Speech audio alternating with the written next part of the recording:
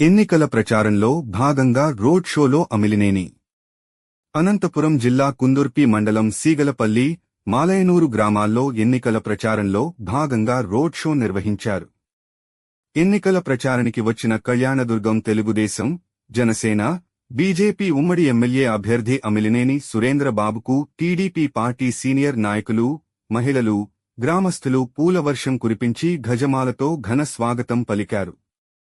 ఈ సందర్భంగా అమిలినేని మాట్లాడుతూ గత ప్రభుత్వం చేసిన తప్పిదం వల్లే కళ్యాణదుర్గం ప్రాంతానికి జీవనాడి అయిన బీటీపీ కాలువ పనులు ఆలస్యమైందని, తెలుగుదేశం ప్రభుత్వం, చంద్రబాబు నాయుడు ముఖ్యమంత్రిగా ప్రమాణ స్వీకారం చేసిన వెంటనే ఆయన్ని ఒప్పించి కాలువ పనులు వేగవంతంగా కుందుర్పి బ్రాంచ్ కెనాల్ పూర్తి చేసి ఈ ప్రాంతంలోని అన్ని చెరువులకు నీళ్లిచ్చి ప్రజలకు మంచి చేస్తామని, తెలుగుదేశం ప్రభుత్వం అధికారంలోకి వచ్చిన వెంటనే రోడ్డు నిర్మించి ప్రజలకు ఇబ్బంది లేకుండా సూపర్ 6 పథకం ద్వారా ఇంటింటికి కుళాయి వేయించి తాగడానికి నీరు అందించి సమస్య తొలగిస్తా, గ్రామాల్లో సీసీ రోడ్లు నిర్మించి, అలాగే గ్రామంలో ఉన్న సమస్యలు పరిష్కరించి అన్ని రకాలుగా ఆడుకుంటామని భరోసా ఇచ్చారు.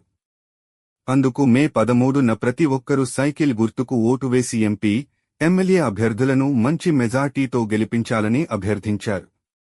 కార్యక్రమంలో నియోజకవర్గ సీనియర్ నాయకులు, కుందుర్పి మండల సీనియర్ తెలుగుదేశం పార్టీ నాయకులు, కార్యకర్తలు పెద్ద సంఖ్యలో గ్రామస్తులు పాల్గొన్నారు.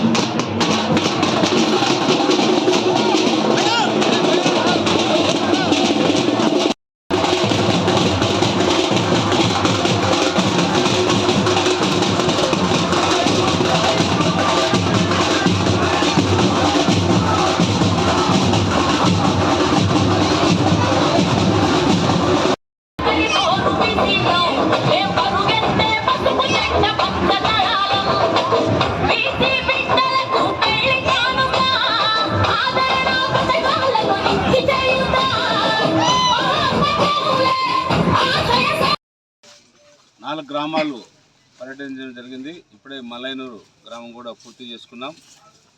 ఉదయం నుంచి కూడా మా కార్యక్రమం కొనసాగుతూ వచ్చింది. ప్రజలు తండోపతండాలుగా రావడం, ఎక్కడికక్కడ వాళ్ళు హారతులు ఇవ్వడం, వాళ్ళు మమ్మల్ని స్వాగతం పలకడం, ముఖ్యంగా మహిళలు.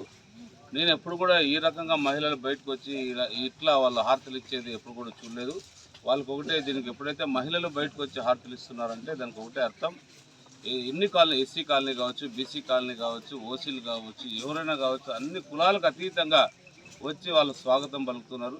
ప్రతి ఒక్క కులం కూడా, ప్రతి ఒక్కరు కూడా తెలుగుదేశం పార్టీ నాయకుడైన చంద్రబాబు నాయుడు గారిని ఎప్పుడు ముఖ్యమంత్రి అవుతాడనే దాంట్లో ఎదురు చూస్తున్నారు. వాళ్ళందరికీ కూడా ఒకటే తెలియజేయడం జరిగింది, ముఖ్యమంత్రిగా చంద్రబాబు నాయుడు 4వ తారీఖులో ప్రమాణ స్వీకారం చేసే అవకాశాలు బాగున్నాయి. ఖచ్చితంగా ఆయన ప్రమాణ స్వీకారం చేస్తాడు. అలాగే ఎమ్మెల్యే అభ్యర్థిగా వాళ్ళందరూ చెప్తున్నారు, మిమ్మల్ని అత్యధిక మెజార్టీతో గెలిపిస్తారంటే నన్ను ఎమ్మెల్యే అభ్యర్థిగా అత్యధిక మెజార్టీతో గెలిపిస్తామని కూడా తెలియజేశారు. అలాగే ఎంపీ అభ్యర్థిగా మన అంబికా లక్ష్యాయన్ గారిని కూడా గెలిపిస్తామని చెప్పారు. ఏదేమైనా కూడా ఈ గ్రామాల్లో ఎక్కడికి వెళ్ళినా కూడా చాలా సమస్యలు ఉన్నాయి. సమస్యలు పట్టి ఒక్కొక్క చోట 25 దాకా చేయాల్సిన పనులు ఇస్తున్నారు. వాళ్ళకి నిజంగా ఆ సమస్యలు కూడా నిజంగా చేయాల్సిన అవసరాలే ఉన్నాయి. ఎందుకంటే చాలా ఏళ్ళ నుంచి కూడా ఎవరు గ్రామాలను పట్టించుకునే పాపాన పోలేదు. ఎవరు కూడా నాయకులు కూడా వచ్చినట్టు నాకు కనిపించట్లేదు. పాడుపడిన ఇళ్ళ మధ్యలో పాడుపడిన రోడ్లు, పూర్తిగా రోడ్లు కూడా అధ్వానం. వాళ్ళకి ఏదైనా నిజంగా హాస్పిటల్కి పోవాలన్నా, ఇంకోటి పోవాలన్నా అంబులెన్స్లు కూడా వచ్చే పరిస్థితి లేదు. ఎవరైనా ఆడవాళ్ళు నిజంగా గర్భిణీ స్త్రీలో లేదా బాలింతలో వెళ్ళాలంటే కూడా అంబులెన్స్లు ఇంకొక గ్రామానికి రా లేదా కుందూరుకు రా, అక్కడి నుంచి మేము పికప్ చేస్తామనే పరిస్థితి ఉంది. ఆ గ్రామం నుంచి ఈ గ్రామంకి నిజంగా అంటే ఒక 15-20 కిలోమీటర్ల దాకా ఉంటుంది. ఏది ఏమైనా కూడా రాబోయే 3-4 సంవత్సరాలు అన్ని రోడ్లు కూడా అభివృద్ధి చేసి ప్రతి గ్రామానికి కూడా తాగునీరు అడుగుతున్నారు. అలాగే ప్రతి గ్రామంలో కూడా ఫ్లోరైడ్ ఎక్కువ ఉంది, ఆర్ఓ ప్లాంట్లు అడుగుతున్నారు.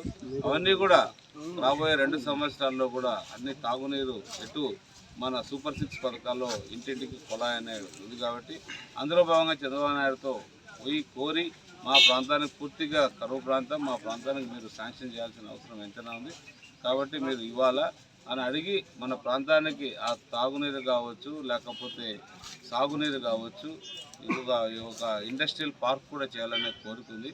ఎందుకంటే ఇండస్ట్రియల్ పార్క్ ఎప్పుడైతే చేయగలుగుతామో చాలామంది యువతలకు ఉద్యోగాలు లేకోకుండా చాలామంది ఖాళీగా ఉన్నారు. వాళ్ళందరూ కూడా ఒక దారిలో పెట్టాలా, వలసలు పోకుండా ఉండాలంటే కూడా ఒక ఇండస్ట్రియల్ 1200 ఎకరాలు ఉంది, 1 ఎకరా 2 ఎకరాలు కాదు. అలాంటి 1200 ఎకరాలని మనం గవర్నమెంట్గా రోడ్లు మనకు మౌలిక సదుపాయాలు కల్పించగలిగితే నిజంగా ఒక అద్భుతం జరుగుతుంది ఈ ప్రాంతాల్లో.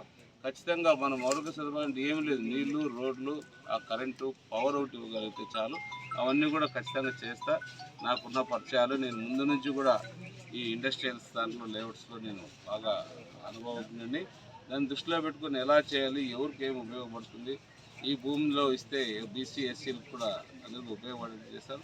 చాలామంది గొర్రెల కాపర్లు ఉన్నారు, పశువులు వాళ్ళు ఉన్నారు. వాళ్ళు కూడా వాళ్ళ గొర్రెలకు కూడా చాలా వరకు సబ్సిడీలు ఇప్పించి ఏర్పాటు చేస్తారని చెప్పాను.